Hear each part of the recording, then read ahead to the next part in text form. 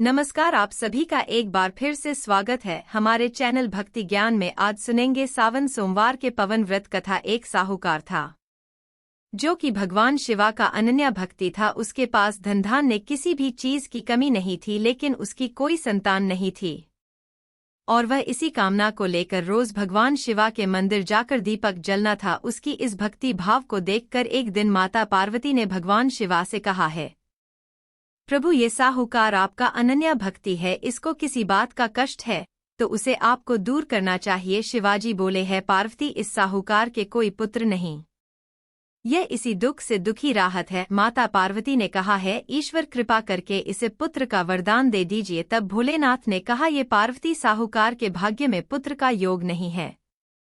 ऐसे में अगर इसे पुत्र प्रताप का वरदान मिल भी गया तो वह केवल 12 वर्ष की आयु तक की जीवित रहेगा। यह सुनने के बाद भी माता पार्वती ने कहा है, प्रभु, आपको इस साहूकार को पुत्र वरदान देना ही होगा, नहीं तो आपके भक्ति आपकी पूजा सेवा क्यों करेंगे। माता पार्वती के बार बार खाने पर भोलेनाथ ने साहूकार को पुत्र का वरदान दे दिया, लेकिन यह भी कहा कि वो केवल 12 वर्ष तक जीवित रहेगा। साहूकार यह सारी बातें सुन रहा था, इसलिए यह सुनकर उसे ना तो खुशी हुई और ही दुख। वो पहले की तरह भोलेनाथ की पूजा अर्चना करता रहा और उधर सेठानी गर्भवती हो गई और 9वें महीने में उसे एक सुंदर बालक की प्रताप हुई। परिवार में खूब हैरो उल्लास मनाया गया, लेकिन साहूकार पहले की तरह ही रहा और उसने बालक की 12 वर्ष की आयु का जिक्र किसी से नहीं किया। जब साहूकार का बालक 11 वर्ष की आयु का हो गया तो एक दिन सेठानी ने उसे बालक के विवाह के लिए कहा, तो साहूकार ने कहा कि वो अभी बालक को पढ़ने के लिए काशी भेजें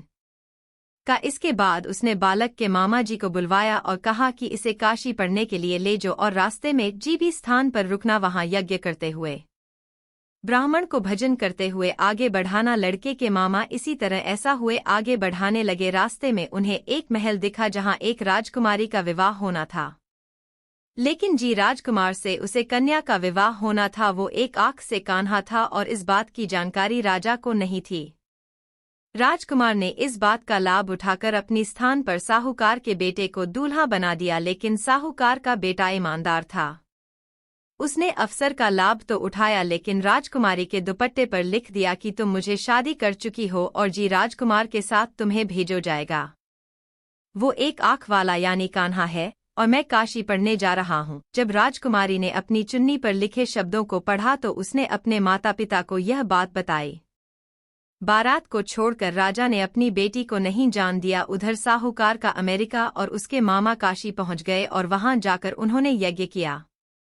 जब लड़के की उम्र 12 वर्ष की हुई तो एक यज्ञ किया गया। लड़के ने अपने मामा से कहा कि मेरी तबीयत ठीक नहीं है। मामा ने कहा, तुम अंदर जो और सो जो, और फिर वहां कुछ पलों में ही उसे बच्चे की जान निकाल गई। अमृत भांजी को देखकर उसके मामा अंदर आई और उन्होंने अपने अमृत भांजे को देखा और विलाप करने लगे। संयुक्त से उसे समय शिवाजी और पार्वती जी वहां से जा रहे थे। पार्वती जी ने भगवान से कहा, प्राणनाथ, मैं इसकी पुकार को सहन नहीं कर सकती, आप इस व्यक्ति की पीड़ा को दूर करिए। जब शिवाजी उसे मारे हुए लड़के के पास पहुंचे तो उन्होंने कहा, यह इस साहूकार का बेटा है जिसे मैंने 12 साल की उम्र का वरदान दिया था। इसकी उम्र खत्म हो गई है, लेकिन माता पार्वती ने कहा है, महादेव कृपा करके इस बच्चे को और उम्र दें, नहीं तो इसके माता पिता भी मार जाएंगे। माता पार्वती के अनुरोध पर भगवान शिवा ने लड़के को जीवित रहने का वरदान दे दिया। शिवाजी की कृपा से वह पालनपुर जीवित हो गया। शिक्षा समाप्त करके जब वो लड़का अपनी मामा के साथ अपनी नज़र लौट रहा था तो दोनों चलते हुए इस नगर में पहुंचे जहां उसका विवाह राजकुमारी के साथ हुआ था। उसे नगर में भी उसने यज्ञ का आयोजन किया और नगर के राजा ने तुरंत उसे पहचान लिया। यज्ञ समाप्त होने पर राजा व्यापारी के बेटे और उसके मामा को महल ले आए और उन्हें बहुत साधन और वस्त्र देकर राजकुमारी के साथ विदा कर दिया। लड़का और उसके मामा जब अपने नगर में पहुंचे तो नगर में पहुंचने ही एक दूत को भेजकर अपने आने की सूचना दी। बेटे के जीवित वापस लौट पर सूचना प्रकार व्यापारी बहुत प्रसन्न हुआ।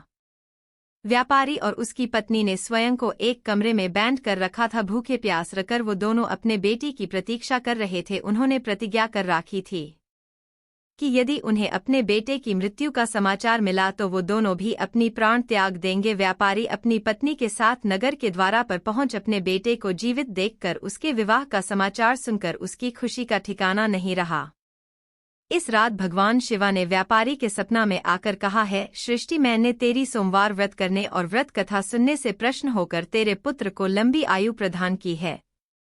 ऐसा सुनकर व्यापारी बहुत प्रसन्न हुआ। इसी प्रकार जो व्यक्ति इस कथा को पढ़ना या सुनता है उसके समस्त दुख दूर हो जाते हैं और उसे मनवांछित फल की प्राप्ति होती है। तो यह थी सावन सोमवार की व्रत कथा। आपको यह कथा कैसी लगी कमेंट करके जरूर बताएं और साथ ही मेरे चैनल भक्ति